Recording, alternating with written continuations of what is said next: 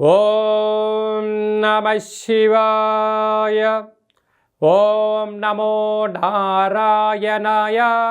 నరదృష్టి నివారణ కాళభైరవాయ నమో నమః.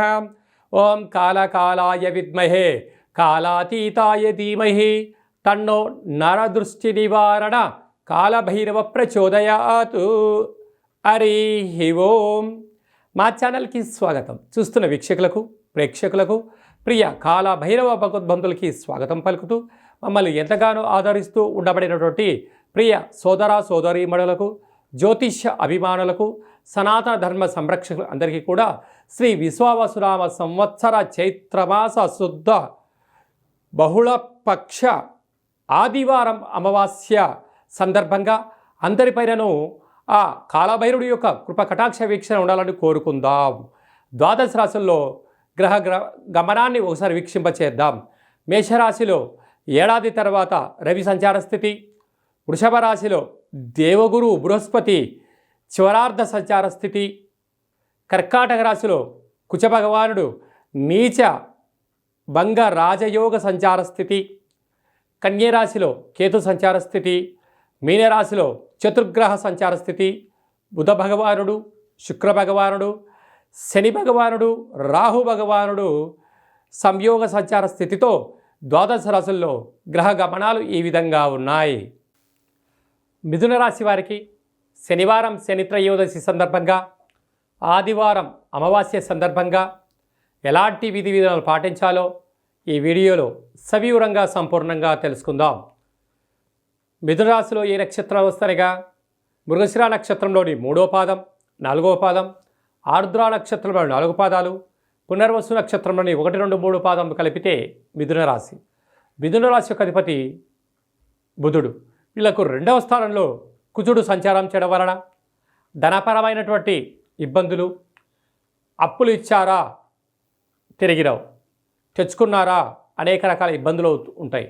కనుక ఉండబడినటువంటి వాటితోనే సర్దుకుపోగలిగితే మిథున రాశి వారంత అదృష్టవంతులు ఎవరు లేరు అని చెప్పి కూడా గమనించాలి. అర్ధాష్టమకేతు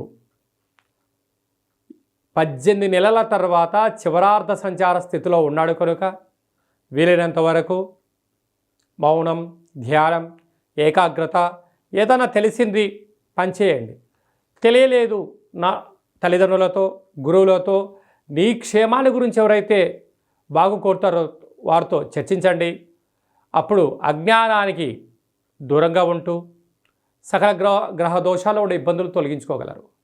అలాగనే రాజ్యస్థానంలో చతుర్గ్రహ కూటమి బుధుడు శుక్రుడు శని రాహుల సంచార స్థితి వృత్తులలో, ఉద్యోగాల్లో, వ్యాపారాలలో చేసే కార్యక్రమాల్లో అనేక రకాలమైనటువంటి శత్రువులు పొంచి ఉన్నారు.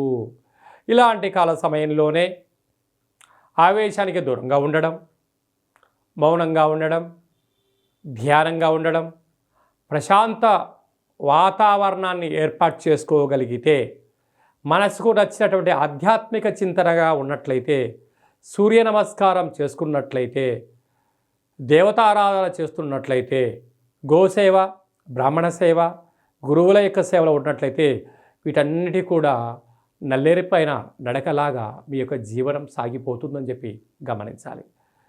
ఏడాది తర్వాత రవి భగవానుడు ఏకాదశ స్థానంలో సంచార స్థితి ఉండడం వల్ల ప్రభుత్వ ఉద్యోగ ప్రయత్నం చేసేవారికి, వృత్తులలో, ఉద్యోగాల్లో, వ్యాపారాల్లో ఉండబడిన వారికి ఇది చాలా మంచి శుభతరుణం అని చెప్పి కూడా గమనించాలి. అలాగనే వ్యయంలో దేవగురు బృహస్పతి సంచార స్థితి చివరార్ధ సంచార స్థితిలో ఉండడం, మళ్ళీ దేవగురు బృహస్పతి తిరిగి అక్కడ రావడానికి 12 సంవత్సరాల కాలం సమయం పడుతుంది. కనుక వీలైనంత వరకు శ్రీ మేధా దక్షిణామూర్తి స్వామి యొక్క స్మరణ, ధ్యానము, రుద్రాభిషేకం వలన ఈ మిథున రాశి వారికి అద్భుతమైనటువంటి గురు యోగ్యత కలుగుతుందని చెప్పి గమనించాలి. శనివారం పూట శని త్రయోదశి పూజా కార్యక్రమంలో పాల్గొనడం, ఆదివారం అమావాస్య సందర్భంగా మంగళ స్నానాన్ని ఆచరింపజేసి, మృగశిర నక్షత్ర జాతకులు ఎర్రటి గుమ్మడికాయలో ఎర్రటి కుంకుమను 7 చారలు వేసి దిష్టి తీసి బయట వేయడం వలన రుణ సమస్యలు, రోగ సమస్యలు, కుజదోష సమస్యలు తొలగిపోతాయని చెప్పి గమనించాలి. ఆరుద్ర నక్షత్ర జాతకులు నవధాన్యాలను అందులో వేసి దిష్టి తీసి బయటపడేసుకోవడం వలన అంతర్గత బహిర్గత శత్రువులు తొలగిపోతారు.